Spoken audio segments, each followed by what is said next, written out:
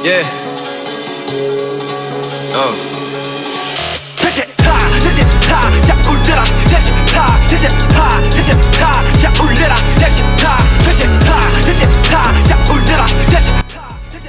Assalamualaikum warahmatullahi wabarakatuh. Sebelumnya perkenalkan, nama saya Eka Mutia Susada dari Prodi Bimbingan Konseling Islam Fakultas Dakwah dan Komunikasi Universitas Sunan Ampel Surabaya. Di sini saya akan sedikit menjelaskan tentang beberapa ayat dan juga beberapa hadis mengenai dakwah dan juga sedikit penjelasannya. Mari kita simak berikut ini. Yang pertama yakni ada surat An-Nahl ayat 125 yang berbunyi A'udzu billahi minasyaitonir rajim.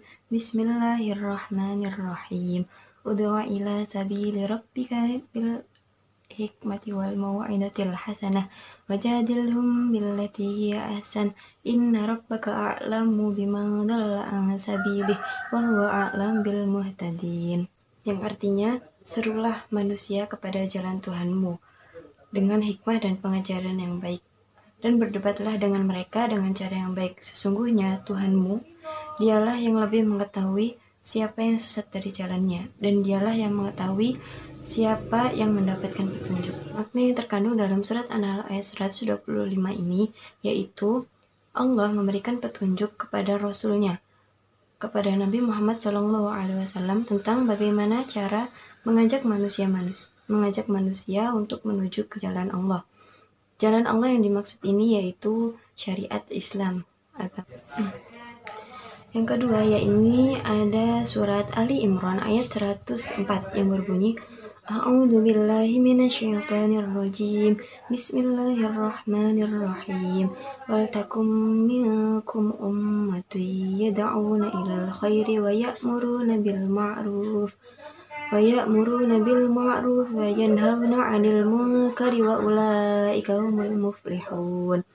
Yang artinya, dan hendaklah di antara kamu ada segolongan yang menyeru kepada kebajikan, menyuruh berbuat yang ma'ruf dan mencegah dari yang mungkar, dan mereka itulah orang-orang yang beruntung. Tafsir dari ayat ini yaitu Allah memerintahkan orang mukmin agar mereka mengajak manusia kepada kebaikan, menyuruh kepada perbuatan yang ma'ruf dan mencegah dari perbuatan yang mungkar. Dan hendaklah di antara kamu atau orang-orang mukmin ada segolongan yang secara terus-menerus menyeru kepada kebajikan, yaitu petunjuk Allah, dan menyeru untuk berbuat yang ma'ruf, yaitu akhlak, perilaku, dan nilai-nilai yang baik. Yang ketiga yaitu ada surat Ali Imran ayat 110 yang berbunyi A'udzu billahi minasyaitonir rajim. Bismillahirrahmanirrahim. Kuntum khaira ummatin ukhrijat lin-nasi ta'muruna bil ma'ruf wa tanhauna 'anil munkari wa tu'minuna billah. Walau amana ahlul kitab lakana khairan lahum minhumul mu'minuna wa aktsaruhumul fasiqun. Yang artinya, kamu atau umat Islam adalah umat yang terbaik yang dilahirkan untuk manusia, karena kamu menyuruh berbuat yang ma'ruf dan mencegah dari yang mungkar, dan beriman kepada Allah. Sekiranya ahli kitab beriman, tentulah itu lebih baik bagi mereka. Di antara mereka ada yang beriman, namun kebanyakan dari mereka adalah orang-orang yang fasik. Tafsir singkat dari ayat ini yaitu Allah menjelaskan kewajiban berdakwah bagi umat Islam dan menjaga persatuan dan kesatuan. Maka dalam ayat ini dijelaskan bahwa kewajiban tersebut dikarenakan umat muslim adalah umat terbaik dan paling utama di sisi Allah Subhanahu wa taala yang dilahirkan, yaitu ditampakkan untuk seluruh umat manusia hingga akhir zaman. Karena kamu menyuruh berbuat yang ma'ruf dan mencegah dari yang mungkar dan beriman kepada Allah dengan iman yang benar, sehingga kalian menjalankan perintahnya dan menjauhi larangannya, serta beriman kepada Rasul-Rasulnya. Itulah 3 faktor yang menjadi sebab umat Islam mendapat julukan umat terbaik.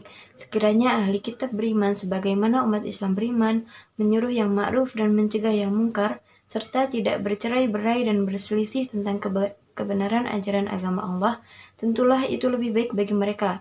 Kenyataannya di antara mereka ada yang beriman sebagaimana imannya umat Islam, sehingga sebagian kecil dari mereka ini pantas mendapat julukan sebaik-baik umat. Namun, kebanyakan mereka adalah orang-orang yang fasik, yaitu orang yang tidak mau mengikuti petunjuk dan tidak taat kepada Allah, serta mengingkari syariat-syariatnya. Kemudian ada hadis ke-34 yang diriwayatkan oleh Imam Muslim yang berbunyi an Abi Sa'id Al-Khudri radhiyallahu anhu qala sami'tu Rasulullah sallallahu alaihi wasallam yaqulu man ra'a minkum munkaran falyughayyirhu bi yadihi fa illam yastati' fa bi lisanihi fa illam yastati' fa bi qalbihi wa dzalika ad'aful iman. Yang memiliki arti dari Abu Sa'id Al-Khudri radhiyallahu anhu berkata, saya mendengar Rasulullah sallallahu alaihi wasallam bersabda, barang siapa yang melihat kemungkaran, maka rubahlah dengan tangannya. Jika tidak mampu, maka rubahlah dengan lisannya. Dan jika masih tidak mampu, maka tolaklah dengan hatinya. Dan hal tersebut adalah selemah-lemahnya iman. Diriwayatkan oleh Imam Muslim.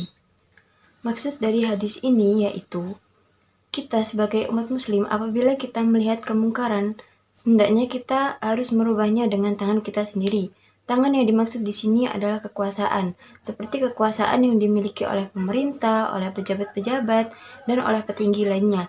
Dan jika tidak memiliki kekuasaan tersebut, hendaklah kita mencegahnya dengan lisannya, yaitu dengan cara kita berdakwah, dengan cara kita menasihati mereka, dan dengan cara kita berbicara kepada mereka dengan kata-kata yang baik. Kemudian yang ketiga adalah kita mendoakan mereka, yaitu apabila kita tidak memiliki wewenang dan kita tidak mampu untuk mengucapkannya, hendaknya kita harus mendoakan mereka supaya mereka cepat diberi hidayah dan supaya mereka cepat bertaubat dan kembali ke jalan Allah Subhanahu wa taala. Kemudian dari hadis riwayat Ibnu Majah, hadis nomor 3995 yang berbunyi qala Rasulullah sallallahu alaihi wasallam innan nasa idza ra'al munkara la yughayyirunahu aw syakka ayya ummahumullahu bi'iqabih, yang artinya sesungguhnya manusia apabila melihat kemungkaran kemudian mereka tidak merubahnya, dikhawatirkan Allah akan meratakan azabnya kepada mereka. Maksud dari hadis ini yaitu suatu kemungkaran yang terjadi di muka bumi apabila tidak ada yang merubahnya, maka kemungkaran tersebut akan meluas dan mempengaruhi semua elemen masyarakat. Dan efek merusak yang ditimbulkan akibat adanya kemungkaran itu tidak hanya dirasakan oleh pelaku kemungkaran itu saja, tetapi juga dirasakan oleh orang lain yang tidak melakukannya, tetapi membiarkan kemungkaran tersebut tetap berlangsung. Kemudian yang terakhir yaitu hadis riwayat Abu Dawud nomor 3776. An Jarir radhiyallahu anhu qala Rasulullah sallallahu alaihi wasallam ma min rajulin yakunu fi qaumin yu'malu fihim bil ma'asi yaqdiruna ala an yughayyiru alaihi fala yughayyiru illa asabahumullahu bi'adzabim min qabli an yamutu, yang artinya Rasulullah Shallallahu Alaihi Wasallam bersabda, tidaklah seorang laki-laki berada pada sebuah kaum yang di dalamnya dilakukan suatu kemaksiatan. Mereka mampu mengubah kemaksiatan tersebut lalu tidak melakukannya, maka Allah akan menimpakan siksa kepada mereka sebelum mereka meninggal. Hadis riwayat Abu Dawud dari Jarir radhiyallahu an.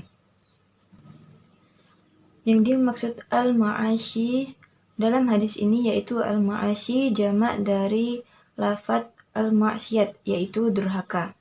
Maksiat adalah perkataan, perbuatan dan perilaku durhaka yang mencerminkan ketidaktaatan hamba kepada Tuhannya. Termaksud dalam maksiat adalah perilaku kekafiran, kemusyrikan, keengganan melakukan perintahnya, dan perbuatan yang melanggar larangannya. Bila dalam suatu masyarakat ada perilaku kemaksiatan tersebut, padahal ada orang yang sanggup dan mampu mengubahnya, tapi tidak melakukannya, maka Allah akan menimpakan siksa kepada orang tersebut sebelum ia meninggal dunia. Sekian yang dapat saya sampaikan di video singkat saya kali ini. Apabila ada kekurangan, maka itu murni dari diri saya sendiri. Dan apabila ada kelebihan, semata-mata itu adalah dari Allah Subhanahu wa taala. Sebelumnya terima kasih. Jangan lupa like dan subscribe. Karena like dan subscribe itu gratis, tidak dipungut biaya. Sekian, wallahu a'lam. Wassalamualaikum warahmatullahi wabarakatuh.